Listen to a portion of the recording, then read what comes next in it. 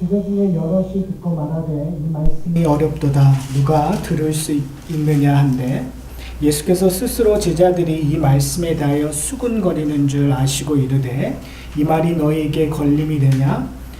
그러면 너희는 인자가 이전에 있던 곳으로 올라가는 것을 본다면 어떻게 하겠느냐? 살리는 것은 영이니 육은 무익하니라.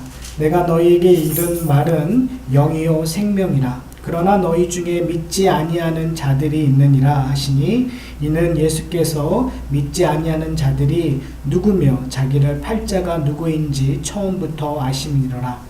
또 이르시되 그러므로 전에 너희에게 말하기를 내 아버지께서 오게 하여 주지 아니하시면 누구든지 내게 올 수 없다 하였노라 하시니라. 그때부터 그의 제자들 중에서 많은 사람이 떠나가고 다시 그와 함께 다니지 아니하더라. 예수께서 12 제자에게 이르시되 너희도 가려느냐? 시몬 베드로가 대답하되 주여 영생의 말씀이 주께 있사오니 우리가 누구에게로 가오리이까? 우리가 주는 하나님의 거룩하신 자이신 줄 믿고 알았사옵나이다. 예수께서 대답하시되 내가 너희 12를 택하지 아니하였느냐? 그러나 너희 중에 한 사람은 마귀니라 하시니 이 말씀은 가롯 시몬의 아들 유다를 가리키심이라. 그는 12 중에 하나로 예수를 팔자로라. 여러분, 하나님의 말씀을 어렵게 생각하십니까? 오늘 본문을 읽으면 어렵다고 하시면 안 돼요. 근데 사실은 성경을 읽다 보면 분명히 어려운 본문이 나오고 그리고 이해할 수 없는 부분들이 분명히 나옵니다. 특별히 목사의 설교를 듣게 되면 왜 이렇게 쉬운 걸 어렵게 설명을 할까? 도대체 무슨 말인지 모를 때 답답함이 여러분도 느껴지시죠? 안 그러신가요? 근데 저는 여러분이 들으실 때 내가 설교를 어렵게 하나라는 느낌이 들 때가 종종 많아요. 여러분들이 이렇게 딴짓을 하시거나 이상한 표정을 지으시면 이거 내가 너무 설교를 어렵게 하나라는 부담이 들어요. 사실은 모든 말씀을 가르치는 자든 아니면은 소위 말해서 정치를 하는 사람이든 선생님이든 강의하는 사람이든 어떻게 쉽게 전달할까? 다른 말로 얘기하면 어떻게 이해를 시킬까가 가장 큰 목적이겠죠? 사람이 마음이 동해야 손이 움직이고 발이 움직이게 되는 거니까요. 오늘 본문은 6장의 마지막 부분, 결론 부분입니다. 근데 좀 이상해요. 왜냐면 여러분 6장의 처음 부분에 뭐가 나타나고 있는지 아십니까? 저 꽤 오래전에 해서 사실 6장에 뭐가 있었나 라고 생각이 드실 수도 있지만 오병이어의 사건이 기록되어 있습니다. 오병이어의 사건을 통해서 수많은 사람들이 예수님을 쫓았었어요. 근데 오늘 본문 이 6장의 결론은 용두사미가 되는 모습이 보여져요. 60절을 보면 재밌는 표현이 시작이 되는데요. 제자 중에 여럿이 듣고 말하되, 저는 처음에 그냥 이 본문을 봤었을 때는 제자가 아니라 청중들 중에 몇 사람이 듣고 말하대로 이해를 했어요. 분명히 읽는 건 제자 중이지만 청중 중에 그들이 있을 거라고 생각을 했었어요. 충분히 그럴 수 있으니까요. 어떤 사람들은 믿음이 약해서 연약해서 기적을 보고도 예수님의 말씀을 어렵게 생각할 수 있다고 그냥 한번 왔다 가는 무리 정도로 이해할 수 있다고 생각을 했어요. 그런데 오늘 본문은 뭐라고 하면 제자 중에 라는 이야기를 하고 있어요. 그러니까 상당히 예수님을 오래 쫓아왔었던 사람들이라는 반증을 하고 있는 거죠. 도대체 이런 일들이 왜 일어났었을까? 저희가 좀 지금 짚고 넘어가야 될 부분이 있는데요. 예수님께서 어렵게 얘기를 하시긴 하셨어요. 근데 이 어렵게 얘기하신 건 의도성이 있었어요. 이게 좀 저희들끼리 이런 말을 가끔 해요. 목사들끼리. 하나님의 말씀을 어렵게 푸는 것도 능력이다. 왜냐면 하나님을 이렇게 여러 가지 소위 말해서 구속사적으로 그리고 신학적으로 어렵게 이야기하는 것을 설교로 잘한다고 오해하시는 분들이 많아요. 저 또한 옛날에 그랬었고. 근데 예수님도 의도적으로 어렵게 얘기하셨다고 얘기를 하세요. 그것이 어디에 있냐면 마태복음에 보면 마태복음 13장 10절서부터 13절에 이렇게 얘기하고 있어요. 제자들이 예수께 나와 이르되 어찌하여 그들에게 비유로 말씀하나이까? 대답하여 이르시되 천국의 비밀을 아는 것이 너희에게 허락되었으니 그들에게는 아니 되었나니 무릇 있는 자는 받아 넉넉하게 되되 없는 자는 그 있는 것도 빼앗기리라. 그러므로 내가 그들에게 비유로 말하는 것은 그들이 보아도 보지 못하며 들어도 듣지 못하며 깨달지 못함이니라. 누구죠? 그들이? 바리새인들이었어요. 서기관들이었어요. 제사장들이었어요. 지금 예수님께서 아주 의미심장한 얘기를 하는 거죠. 내가 그들에게는 비유로 얘기한다. 그러니까 구약적으로, 그러니까 율법의 아래에서 율법에 얽매여 있었던 율법을 가르치던 자들에게는 의도적으로 비유라는 것을 통해서 어렵게 얘기하시고 제자들을 따로 물어서 그 비유를 설명해 주고 계시는 것들이 마태복음도 그렇고 누가복음도 그래요. 자, 이렇게 어렵게 한다는 건 이해하는데 쉽게 풀어서 설명해 줬던 제자들 중에 역시 하나님이신 예수님의 말씀을 듣고 어렵다고 얘기하는 거예요. 자, 왜 이런 일들이 일어났을까? 이것을 6장 전체를 통해서 여러분들이 이해하셔야 돼요. 무리들이 예수님을 따랐던 이유가 뭘까요? 사람들이 많이 찾아오는 그들을 향하여 예수께서 뭐라고 얘기했죠? 너희들이 나를 찾는 이유는 표적을 보고 믿는 것이 아니라 뭐 하기 위해서 찾았다고요? 배고픔을 해결하기 위해서. 그들의 생각은 뭐에 있었던 거야? 먹고 사는 거였어요. 그렇죠? 자기의 아주 근본적인 문제를 해결하는 메시아를 찾기 위하여 그곳에 왔었어요.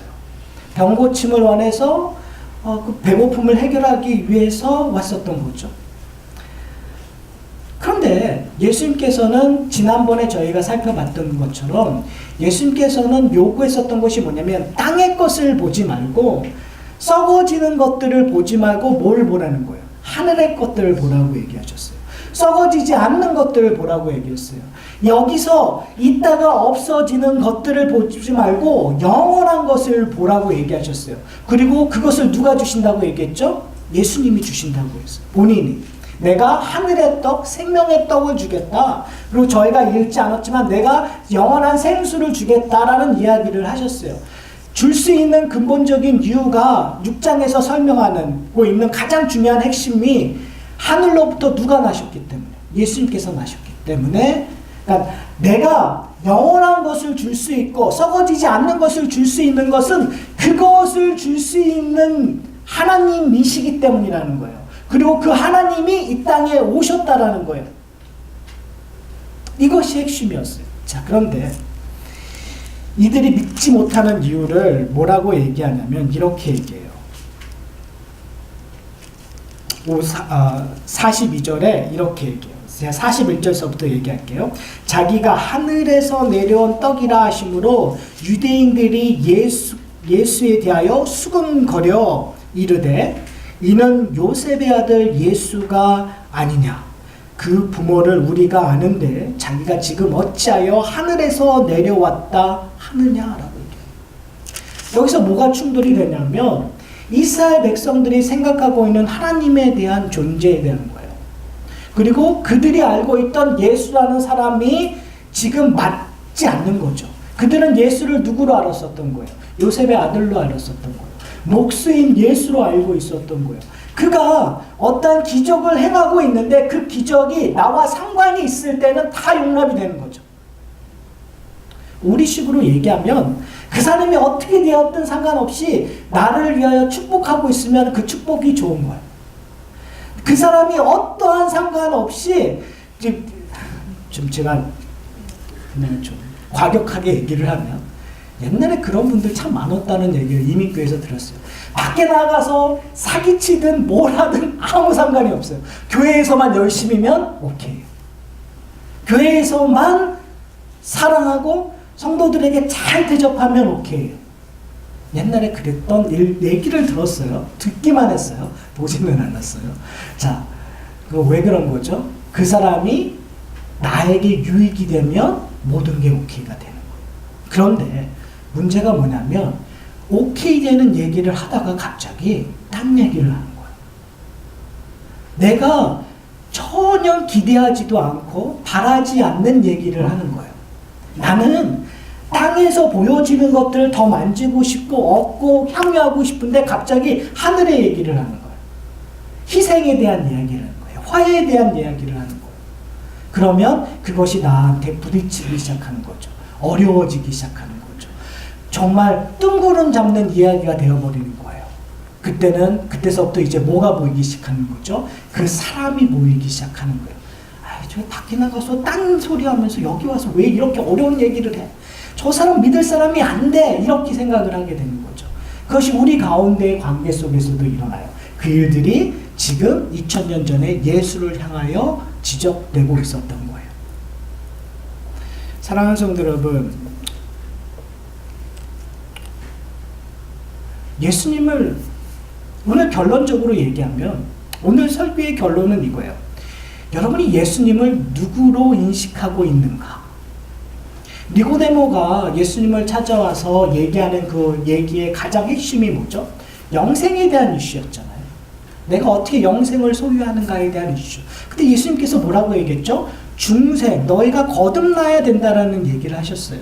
근데 그 거듭난다라는 것은 뭐로 거듭난다고요? 내가 아무리 열심히 해서 노력해서 영생을 얻을 수 있는 것이 아니라 영생은 어디의 것이에요? 지금 오늘 본문 6장적인 개념으로 보면 영생이라는 것은 땅의 것들이 아니에요. 영생이라는 것은 뭐예요? 하늘의 것들이에요. 근데 그 하늘의 것들을 얻기 위해서는 내가 아무리 열심히 노력해도 소용이 없어요. 누가 줘야 되는 거예요? 하늘에서 줘야 되는 거예요. 하늘로부터 난 자만이 우리의 문제를 해결할 수 있어요. 왜 그럴까요? 왜 그럴까요? 그거는 이 땅에서 태어난 사람들, 우리가 생각하고 바라는 것들이 항상 문제가 있다는 거죠. 우리가 아무리 아름다운 것들로 만들고 우리가 아무리 다시 영원히 사는 것을 고민하고 거기에 대해서 어떻게 노력하고 연구해도 궁극적으로 그것들을 얻을 수 있는 근본적인 문제가 있는데 그것이 죄라고 성경은 얘기해요. 심지어 과학적인 것조차도 과학이라는 단어가 사실은 근대에서 사용되는 단어이잖아요. 하여튼 그런 것들이라고 해도 처음서부터 하나님께서는 뭘로 얘기하냐면 영적인 것들, 진리에 대한 부분들, 하나님에 대한 부분으로 이야기하고 있는데 그것이 뭐냐면 하나님으로부터 주어졌다라는 얘기예요. 사랑하는 성도 여러분, 오늘 본문에서 예수님을 떠나는 자와 예수님과 함께 남는 자가 나누어져. 떠나는 자와 남는 자의 차이는 뭘까요? 6장을 읽으면서 지난번에도 얘기했죠. 어떻게 해야 됩니까? 라는 질문. 제자들은 항상 어떻게 생명의 떡을 너희가 내가 생명의 떡이라니까 예수님 그 생명의 떡을 주십시오. 내가 어떻게 선한 일을 해야 영생을 얻습니까? 라고 했을 때 어떻게 해야 됩니까? 어떻게 해야 됩니까? 어떻게 해야 됩니까?에 대한 질문을 한 거예요.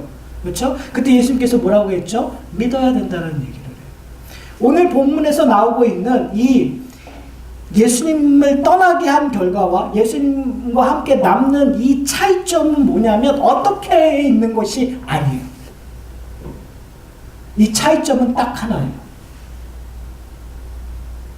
얘 하나님께서 부르셨는가 안 부르셨는가. 참 이상하죠. 분명히 뭘 하고 있냐면 초대를 하고 있는 부분들이에요. 예수님께서 이렇게 하는 거예요. 내가 생명의 떡이고 내가 생수니 나에게로 오라. 그럼 내가 너희가 그것을 먹을 것이라는 초대를 하고 있어요. 그럼 우리가 생각했을 때 그 초대에 응해서 가느냐 마느냐의 이슈예요. 지금 제자들 중에서도 이 말씀이 어렵다고 생각해서 내가 그것을 포기하고 간 것이 제자들의 초이스라고 생각을 할 수가 있잖아요. 근데 요한복음 전체에서 우리에게 얘기하고 있는 것은 뭐냐면 그것은 너희의 선택의 문제가 아니라 하나님의 부르심에 있다고 얘기하는 거예요. 하나님이 어디를 부르신 거예요? 예수님께서 오병이어의 기적을 베푸신 이유는 뭐예요? 하나님의 초대를 이야기하고 싶은 거예요. 하나님의 천국 잔치에 너희가 초대되어졌다라는 얘기를 하는 거예요. 그 초대를 이루기 위하여 예수님께서는 어떻게 하셔야 돼요? 그들의 배고픔을 해결하기 위하여 예수님께서는 어떻게 하셔야 돼요? 바로 거기에 예수님께서 이 땅에 오신 이유가 있는 거죠. 뭐 하시는 거죠? 가나의 혼인잔치에서 그 포도주의 부족함을 채우기 위하여 예수님께서 이 땅에 오신 이유에 대해서 얘기하셨던 것처럼 예수님께서는 십자가로 향하여 걸어가셔야 돼요. 그 잔치에 들어오게끔 하기 위하여 죄로 말미암아 하나님과 이 사람들의 관계가 끊어진 것을 해결하기 위하여 예수님께서는 어떻게 해요? 십자가에 달려 죽으셔야 돼요. 사랑하는 성도 여러분, 우리가 고민해야 될 것은 뭐냐면 하나님이 그 초대하셨는데 그 초대에 내가 선택하는 것이 아니라 그 부르심을 어떻게 이해하고 있느냐는 거예요. 그 부르심의 초대장을 쥐고 있는 예수를 어떻게 인식하고 있느냐는 거예요. 무슨 말이냐면요, 지금 떠난 제자들은 예수가 걸림돌이 된 거예요. 예수를 뭐로 본 거죠? 사람으로 본 거예요. 예수를 하나님으로 인식한 것이 아니라 예수를 그냥 좋은 선생으로 인식한 거고, 예수를 기적을 베푸는 선지자로 인식한 거고, 예수를 나의 문제를 해결하는 사람으로 인식해서 예수를 본 거예요. 인간 예수를 본 거예요. 그러나 지금 예수님께서 이 땅에 오셔서 지금 그들을 부르시고 앞으로 그가 하실 일들에 대해서 이야기하고 계시는 것은 예수님이 누구시기 때문에 가능한 거예요. 하나님이시기 때문에 가능한. 사랑하는 성도 여러분, 여러분은 예수님을 무엇으로, 어떤 분으로 이해하고 계십니까? 다른 말로 얘기하면 여러분은 복음을 무엇으로 이해하고 있냐라는 질문입니다. 우리는 제자들처럼 행동할 수 있어요. 여기서 얘기하는 제자들처럼 교회에 나와서 열심히 신앙생활 하는 것처럼 할 수 있어요. 내가 직분을 얻을 수 있고 봉사를 할 수도 있고 그리고 헌금을 드릴 수도 있고 예배를 드릴 수도 있어요. 그러나 문제는 뭐냐면 예수를 인간으로 좋은 선생님으로 인식하든 아니면 예수를 진이처럼 어떠한 좋은 일들을 일어나게 하시는 어떠한 대상으로만 인식한다면 여러분은 결코 생명의 떡을 먹을 수 없어요. 여러분은 결코 생수를 마실 수 없어요. 왜요? 그 생명의 떡이시며 생수이신 예수님은 하늘로부터 오셨다는 것을 인정하지 않으면 우리 신앙의 근거가 흔들리기 때문에 그래요. 제가 왜 이런 얘기를 하냐면 무리들이 생각하는 생명의 떡과 예수님이 주시는 생명의 떡이 다르기 때문에 그래요.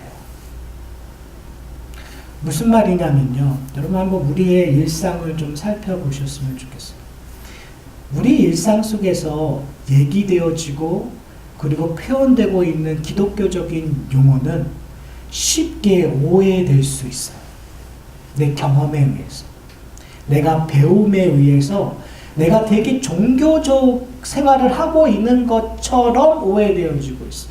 심지어는 내가 기도하고 있는 기도 생활들, 내가 봉사하고 있는 것조차도 오해되어서 내 믿음을 포장할 수 있다라는 사실이에요. 그러면 내가 원하는 것들을 얻기 위해서 그 포장을 사용할 수 있는 거죠. 이런 모습을 저의 죄된 본성 속에서 발견하게 돼요. 저는 제가 원하는 것을 저희 아내에게 지속적으로 이야기합니다. 저 이거 원해요. 나 이거 필요해. 처음에는 저희 와이프가 그 말 들으면 쳐다보고 그냥 웃어요. 말도 안 되는 얘기니까. 그렇죠? 근데 그 작업을 저는 한 달을 하는 것이 아니라 1년 이상을 합니다. 이거 필요해. 이거 난 정말 중요한 거야? 그럼 1년이나 2년이 지나면 정말 필요한 것처럼 느껴져요. 그런데 우리가 그렇게 예수님을 대하고 있지 않나요? 우리가 그렇게 하나님을 대하고 있지 않나요? 우리가 기도라는 형식을 통해서 아니면 나의 열심이라는 것을 통해서 하나님 저 이거 정말 필요해요. 저 이거 없으면 못 살 것 같아요. 근데 사실은요 그거 없어도 살아요. 왜 사시는지 아세요? 하나님께서 이미 우리의 삶을 책임주셨기 때문에 그거와 있고 없느냐의 문제는 내가 얼마나 편하느냐의 불편함의 차이밖에 안 돼요. 그런데도 우리는 우리의 욕심의 근거에 의해서 썩어질 것에 대하여 끊임없이 요구하고 살고 있는 우리의 모습을 보여요. 저의 악한 본성처럼. 정말 필요 없어요. 재밌는 건 그걸 얻으면 그 다음엔 땡이에요. 다른 게 또 생겨요. 그 다음에는 뭘 필요한 거. 그리고 정지 작업을 하죠. 그리고 또 1년 동안 내가 1년을 잡고 요거는 조금 크니까 한 5년 잡고 이거는 내가 금방 조금만 노력하면 될 것 같으면 5개월 잡고 저 이거 나 필요한 거야. 필요한 거야. 사랑하는 성도 여러분, 제가 이 설교를 준비하면서 가장 힘들었었던 것이 하나님의 떡, 생명의 떡, 생수라는 것들이 어렵다라는 거예요. 여러분, 거기에 대한 개념들이 어렵지 않으세요? 저 상당히 어려워요. 이게 뭔지는 알 것 같은데 보여지지 않는 것을 보이게 표현하려고 하니까 어려워요. 제가 영화를 전공했잖아요. 영화를 전공하는 사람들은 스토리를 보이게끔 하는 거거든요. 그렇죠? 그러니까 옛날에 라디오에서 여러분 스토리를 들으면 그 스토리가 재밌는 게 뭐냐면 내가 듣는 대로 상상의 날개를 펴서 내가 그 이미지화 시켜버리잖아요. 그러니까 내가 경험했던 것이 내 본능상 경험상 게 다 맞춰갖고 내가 아주 휘황찬란하게 표현하고 그걸 뼈저리게 느낄 수 있어요. 그런데 영화가 책을 영화화시켜서의 문제점은 뭐냐면 내 상상의 날개를 다른 사람들이 채워주잖아요. 그러니까 그게 불만족스러운 거예요. 그러니까 저는 어떻게 하면 스토리를 보여줄까라는 거를 하는데 그것은 나의 경험에 의거나 내가 본 거나 아니면 세컨 경험에 의해서 그것들을 표현해 주는 거잖아요. 근데 문제는 뭐냐면 생명의 떡, 생수, 하늘의 것들 문제가 뭐냐면 보여오지 않는 거란 말이에요. 내가 경험한 것들이 없는 거란 말이에요. 그러니까 이게 되게 투리뭉실하고 말 표현하기가 어려워요. 잡히지 않아요. 그게 사실 어려운 거예요. 그런데 중요한 것은 뭐냐면 그 어려운 것을 한 분의 인생 속에서 풀어낸 것이 있어요. 그분이 누구냐면 예수 그리스도예요. 그 어려운 것들이 하늘의 것들, 하늘의 모습들이 이 땅에 한번 완벽하게 재현된 적이 있어요. 역사상. 그것이 예수 그리스도의 인생이에요. 예수 그리스도의 삶이에요. 그러니까 우리가 하늘의 것들, 보이지 않는 것들, 거기에 대한 파편들을 이해하고 보여주기 위해서는 누구의 관심을 가져야 되냐면 예수께 관심을 가져야 돼요. 근데 이 무리들, 제자들의 문제점은 예수께 관심을 가지는 순간 뭘 보게 되면 요셉의 아들을 보게 되는 거예요. 예수께 관심을 갖는 순간 목수에 대한 관심으로 가게 되는 거예요. 그렇죠? 여러분이 갖고 있는 예수는 누구예요? 여러분이 지금 예수에 관심을 갖는 순간 여러분이 떠올리는 예수는 누구냐는 거가 우리의 가장 근본적인 질문이에요. 어떤 분은 진이처럼 예수님을 생각할 수 있단 말이에요. 어떤 분은 예수님을 그냥 정말 좋은 선생, 정말 철학자로 생각하실 수 있어요. 어떤 분은 예수님을 도덕적인 선생으로 생각할 수 있어요. 근데 그것은 보이지 않는 것들을 설명할 수가 없어요. 사랑하는 성도 여러분, 그래서 저는 2018년 이 새해를 통해서 저희들이 집중하고 저희들이 붙잡아야 될 것이 있다고 생각해요. 그것이 뭐냐면 이 땅에 내려오셔서 천국을 보여주신 예수님의 관심 갖는 한 해가 되셨으면 좋겠어요. 예수님이 무엇을 하셨을까? 예수님이 무슨 말씀을 하고 계시는가? 예수님께서 우리에게 도대체 뭘 붙잡기를 원하시는가? 여러분, 여기서 생명의 떡이라는 거, 생수라는 거, 이걸 먹어도 배고프지 않는다라는, 그러면 지금 저희가 할 성찬에 이 의미가 담겨져 있다고 얘기하는데, 은혜의 통로가 성찬이라고 얘기하고 믿음의 통로가 성찬이라고 저희들이 이야기를 해요. 그렇게 가르쳐요. 그렇게 배워요. 그럼 이것을 먹는 의미가 뭐냐라는 거예요. 매 주일날 형식적으로 예배 시간에 그냥 먹는 그런 하나의 형태인가? 아니면 이걸 먹으로 말미암아 내 일주일의 인생이 어떻게 변화되고 있는가를 경험하셔야 된단 말이에요.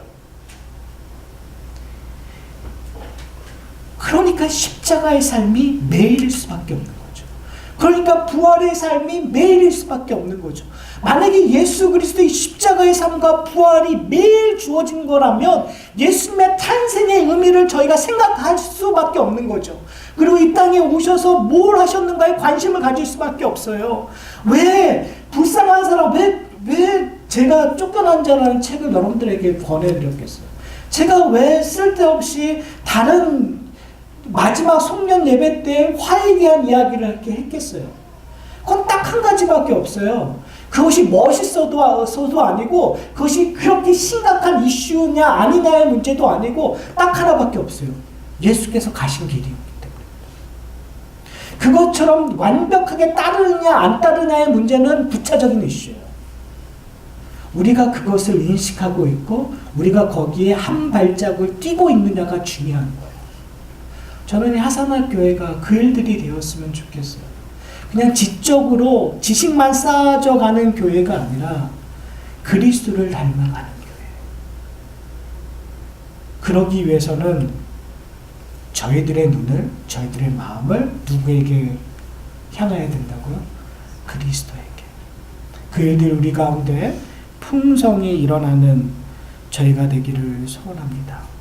만약에 여러분들이 부활을 소망한다면 그리스도의 십자가 안에서 여러분의 죽음을 목격한다면 죄 용서함을 발견한다면 여러분 영생을 소유한 자예요.